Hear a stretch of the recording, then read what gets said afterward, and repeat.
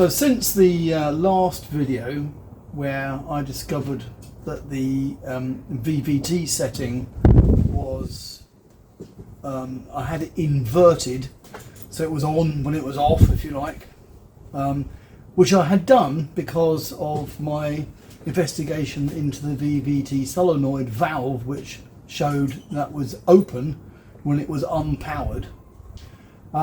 So it was done, so the putting it in inverted was, you know, with some common sense behind it. But however, it proved to be wrong. Anyway, so that correcting that dramatically improved the idle on this Jaguar AJ30 engine from 1999. I mention that because it's important, because it's an early example of those engines that only has, in the native Jaguar S-Type anyway, it only has 2 positions of VVT, variable valve timing.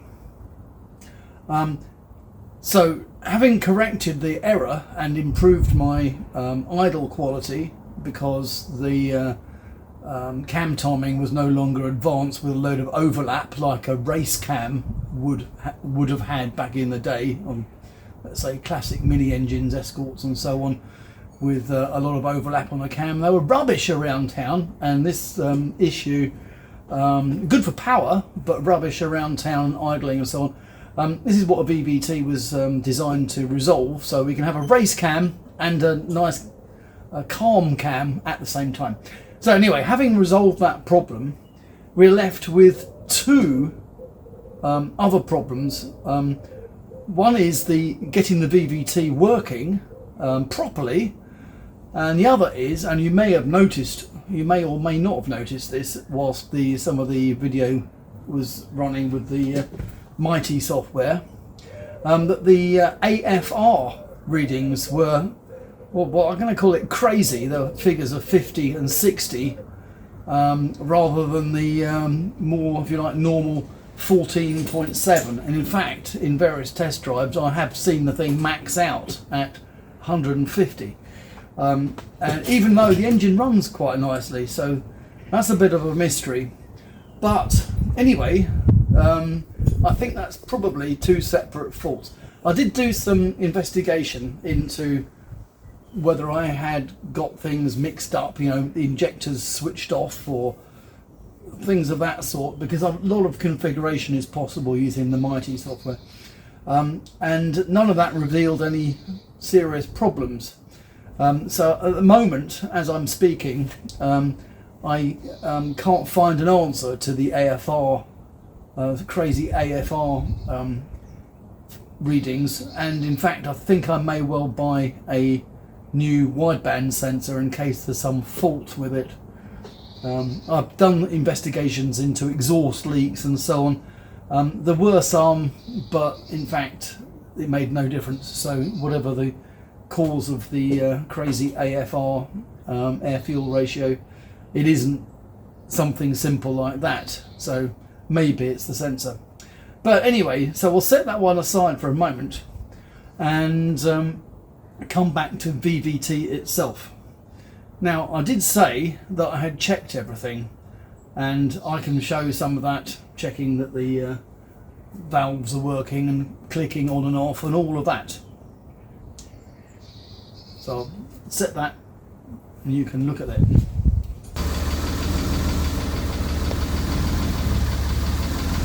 So I'm going to try and set everything up properly, and having read the manual. So first thing I wanted to check is that we have full sync. So it's the crank obviously, and both cams are in fact synchronized. That's good. So now I need to look at the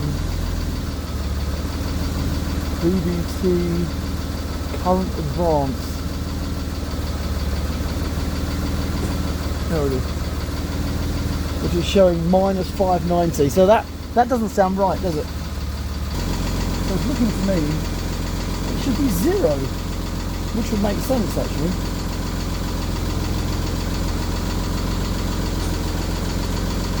So VVTB, so if I make that 0,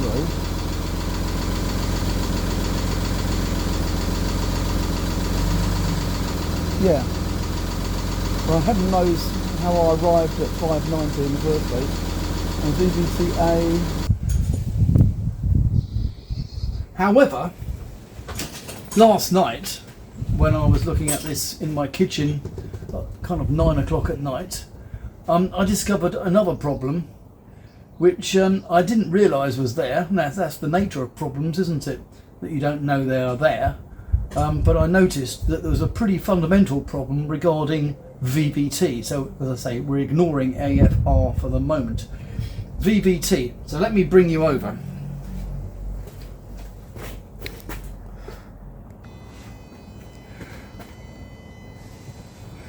So here is the diagnostic screen for the Mighty software. Now, this is not a panel that I normally go into, but it's showing the crank and 2 camshaft, the trigger pattern, and in fact here you can see the, I think it's 36-1 pattern, which is the crank. So you can see all the peaks, and then a missing peak, and that's the thing that makes the system understand where the crankshaft is. And here you can see the cam pattern, which is a bit of a peculiar looking thing, to be honest with you. Doesn't even seem to be all that regular, but anyway, there it is. So it's certainly detecting the cam trigger. And if I go to the outputs, we can see that we've got the VVT valve, we've got the fuel pump, we've got this one here, master relay RPM, which controls the electric water pump, we've got the fan, we've got the injectors, and all this stuff that I checked before. However, there's an important one, and I'd kind of just glossed over this. So I mentioned the cam pattern, the trigger pattern on the crank, 36-1. But in spite of all my work, I'm holding my hand over it to maintain suspense.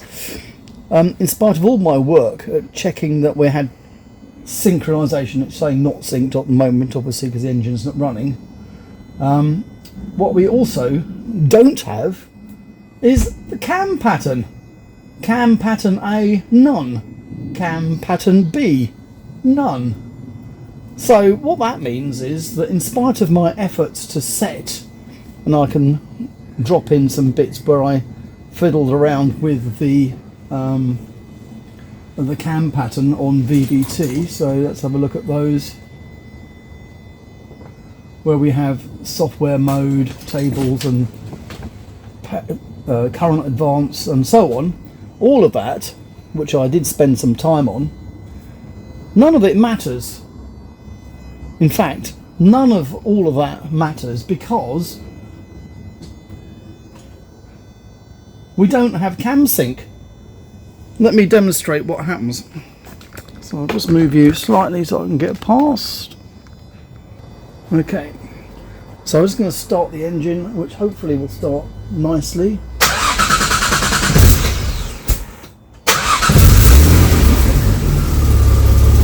Okay, so we got a nice idle from stone cold. We've got full synchronization, but it's only synchronizing on the crank. It's not synchronizing on the cams at all. Now, in the Mighty software, there's a list. If I drop on this pull down here, cam pattern, you can see a list of possible different engines. MX-5, Subaru, Ford, Focus ST170, blah blah blah, Rover K series, so on and so on. And one of them is AJ30, which of course is this engine. So the question is, what happens when I choose what is presumably the correct pattern? Now I'm going to switch it off while I experiment with this. Now a long time ago, months ago, I was fiddling with this, and I did other things like putting in shielded wiring for the cam sensors, which you've seen just now. That's a nice noise-free pattern coming back from the cam sensors. I did a load of messing around, and at some point I must have switched, as I'm sure I had this switched on before, I must have switched off the cam detection, or the cam pattern detection, I should say. So the question is, what's going to happen if I now choose the correct pattern? And two outcomes are possible. One is I shall be, oh, that's good. And the other one is, oh dear, the car won't start anymore. Because that is actually kind of what happened previously. Although there's been lots of other changes. So maybe it will be successful, maybe it won't. So let's switch it on. And I think what I'm going to do is I'm going to switch one at a time. So cam A, AJ30. Now, and it's asking me to recycle. That's what this thing here is. Now, I do wonder, now you might have noticed that, well, you will have noticed that one of the things I did in my investigation was I had a very strange cam offset figure of 590, and I couldn't remember where that came from. But it's possible that it's something to do with this. Let's do a power cycle. Back on again. Okay, so I've got AJ30 on cam A. I've hedged my bet slightly by not bothering with cam B at the moment. Let's see what happens.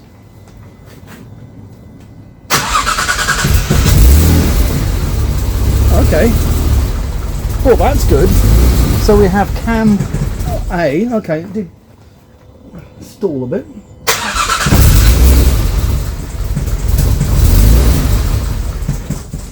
Alright, so at least it's running, albeit it's stalling. Okay, I'm going to stick with just that. It did show sync. Let's put my foot, actually I'll manage the throttle, maybe that's something I used to do.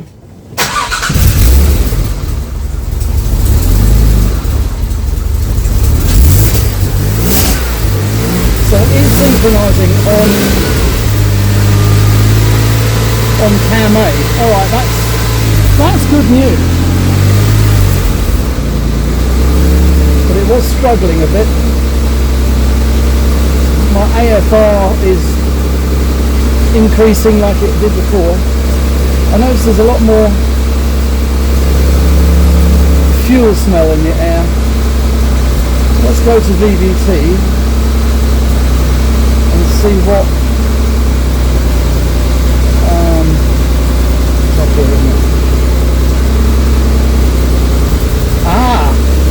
now we have that figure of 593. So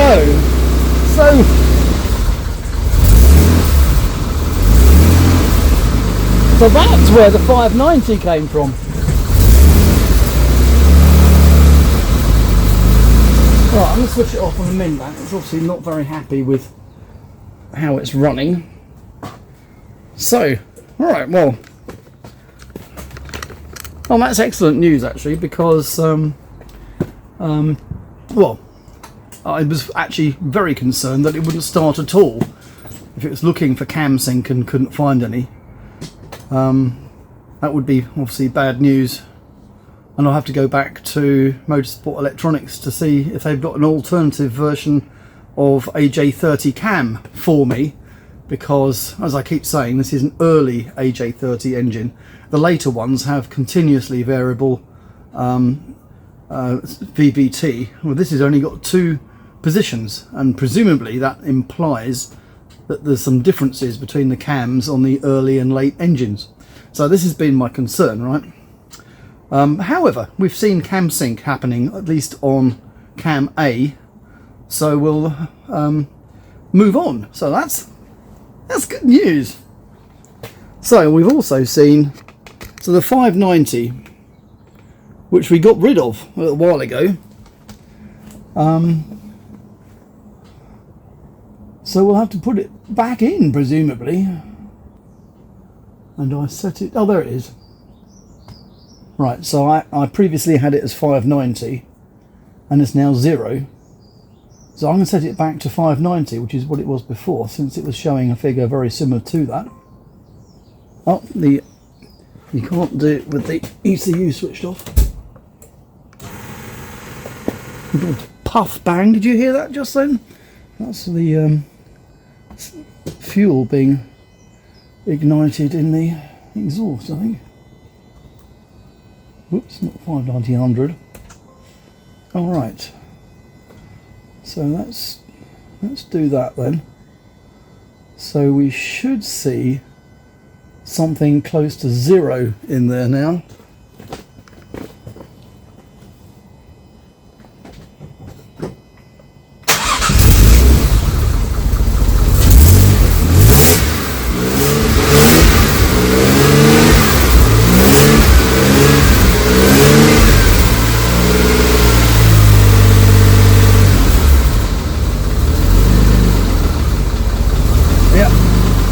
And it looks like, or it sounds like the idle is back to normal as well. So I suspect that it's not necessary to have both cams synced, but let's see. So I'm going to do the other one now. Let's go over to the VVT setup again. VVT-B settings. Whoops, we need one of those. And stretch out the table. And rest advance was indeed 590. Oops, 590. So that is where that figure came from. So that is that. And we need to go back to start, and we're going to choose cam B pattern, so this is the other bank of the engine, and we're going to choose AJ30 for that as well. And again, it wants me to power cycle. There it goes. Okay, so, and if I bring up the VVT view, well, let's see if it starts. I've got a feeling it will after that.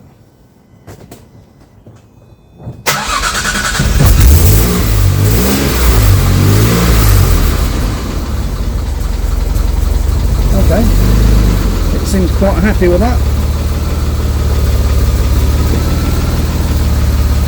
And let's bring up the VVT screen, and hopefully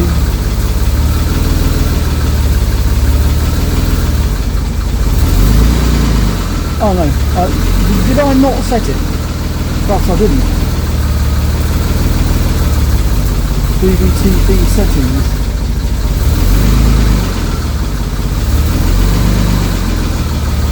Oh, it is. Oh, that's interesting. So it won't. Alright, so maybe it's not the same on the two sides of the engine. So they want this figure to be 0. So I'm going to fiddle with this now. So it's showing. I'll make that 290. What happens? Stable. Sometimes it's minus, sometimes it's plus. Cam A is dead steady though. Let's bring 5. Let's fiddle with cam B, sorry, cam A.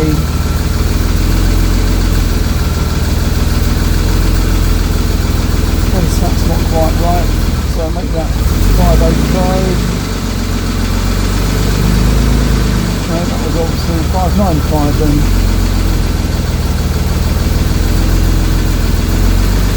Alright, so that's correct now. So 590 wasn't quite correct. So I did this I must have done this experimentally. It's hard to be totally sure what I did and when. So we have some fairly... Cam B is a lot more variable than Cam A. Let's see what happens when I rev it slightly.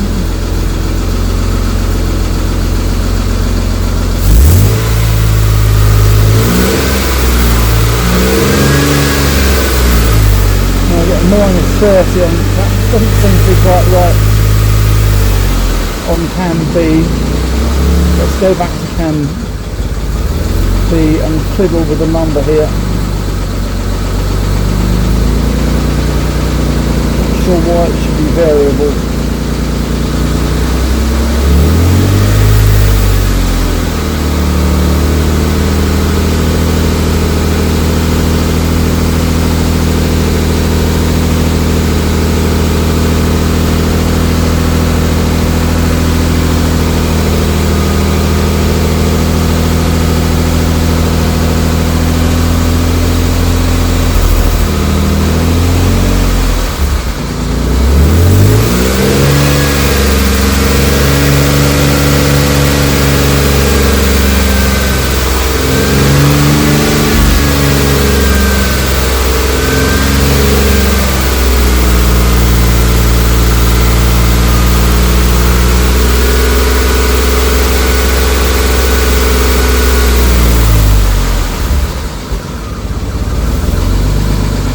So we have some differences between Cam A and Cam B. As I said, I'm not totally sure we need both, but the engine seems to be happier than it was before. That's a good thing. And so if I go back to the beginning, so we still have full synchronization, so that's good, albeit our AFR is probably wrong. But we're not dealing with that for the moment because I think we need a new wideband sensor. However, if anything, the idle is now even better than it was before.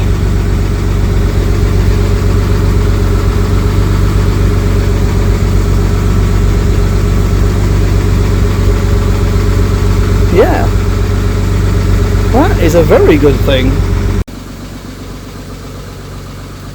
So to summarise here, in order to get the current angle at idle, VVT-A, and it obviously is related to what I strangely had left over from last year, VVT-A, the rest advance, so this is like the crankshaft sensor offset, but for the camshaft. So we know that the advance on the cam A is 0, and it's reached 0 because I've given it a rest offset, or the offset of 595, so not 590 but 595. And on the other bank, VVT-B, we've got 325, which seems to be a lot more variable, and I don't know what the reason for that is. It gives this offset,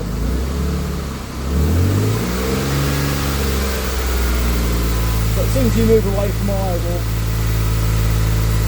it's showing a run about 0. So anyway, so we've got 595 and 325 at the moment. So that seems, and the engine seems happy, albeit it's a bit smellier than it was before. But anyway, so because it's clear that my previous understanding, why was the VVT not working, was I thought maybe it's because it's an on-off thing and that's all there was to it. So I set it into Honda VTEC mode, but now I realise that my understanding of the problem is not what I thought it was. So we can actually consider putting, or in fact I have put the system back into closed loop, which is where I started from. So let's, I've done that for both. So there we are. We've got only one table in use at the moment. But what we should be able to have is current advance, target advance, and this figure should change when I rev it up sufficiently.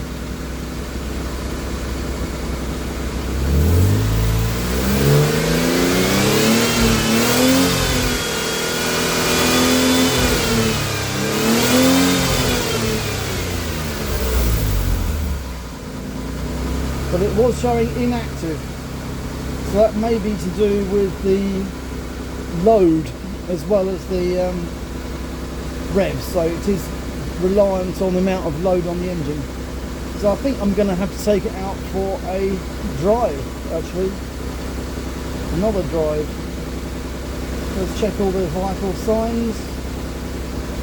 90, full sync, idle's a bit fast at the moment.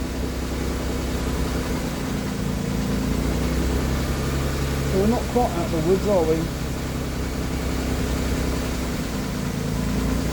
But anyway, that's another step in the right direction. So we're going to do another test drive. Ah, what a faff.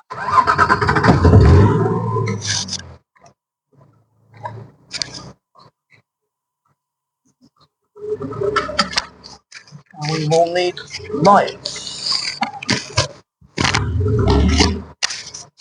Get the seatbelt away from the microphone.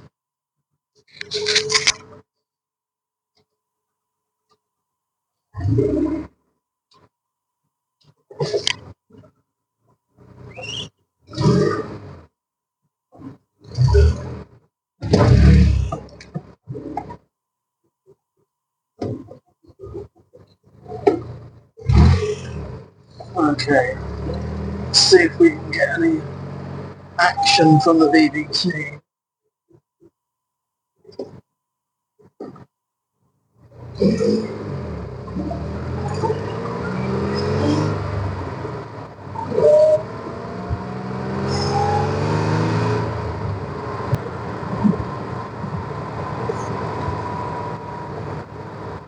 See what happens.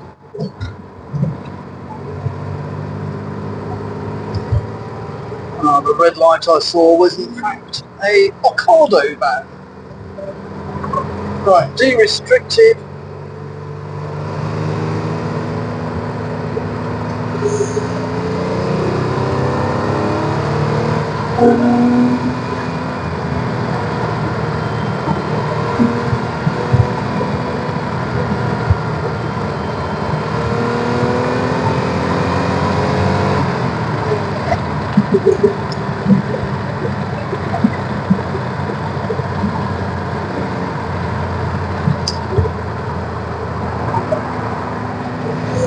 Well, hopefully you saw something happening just then.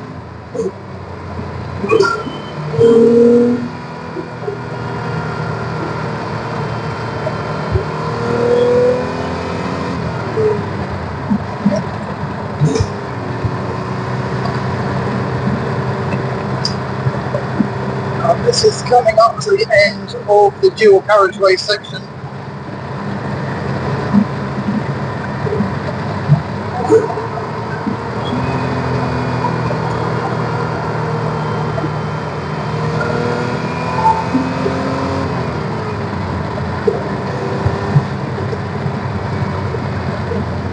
Well, that's likely to be it.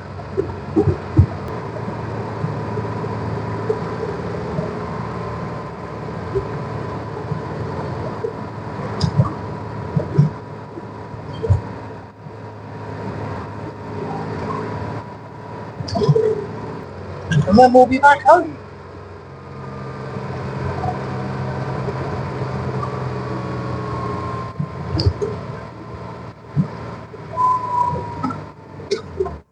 More traffic lights.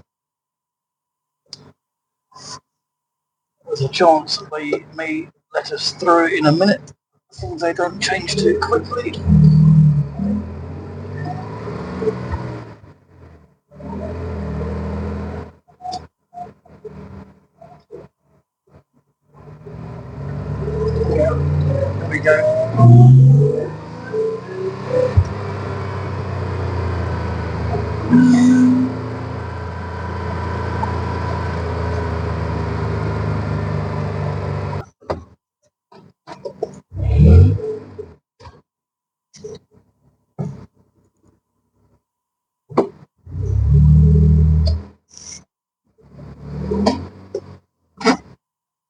And there we are. Parking brake, headlamps off. That's that, and we'll see what comes of it. Well, I hope you enjoyed it.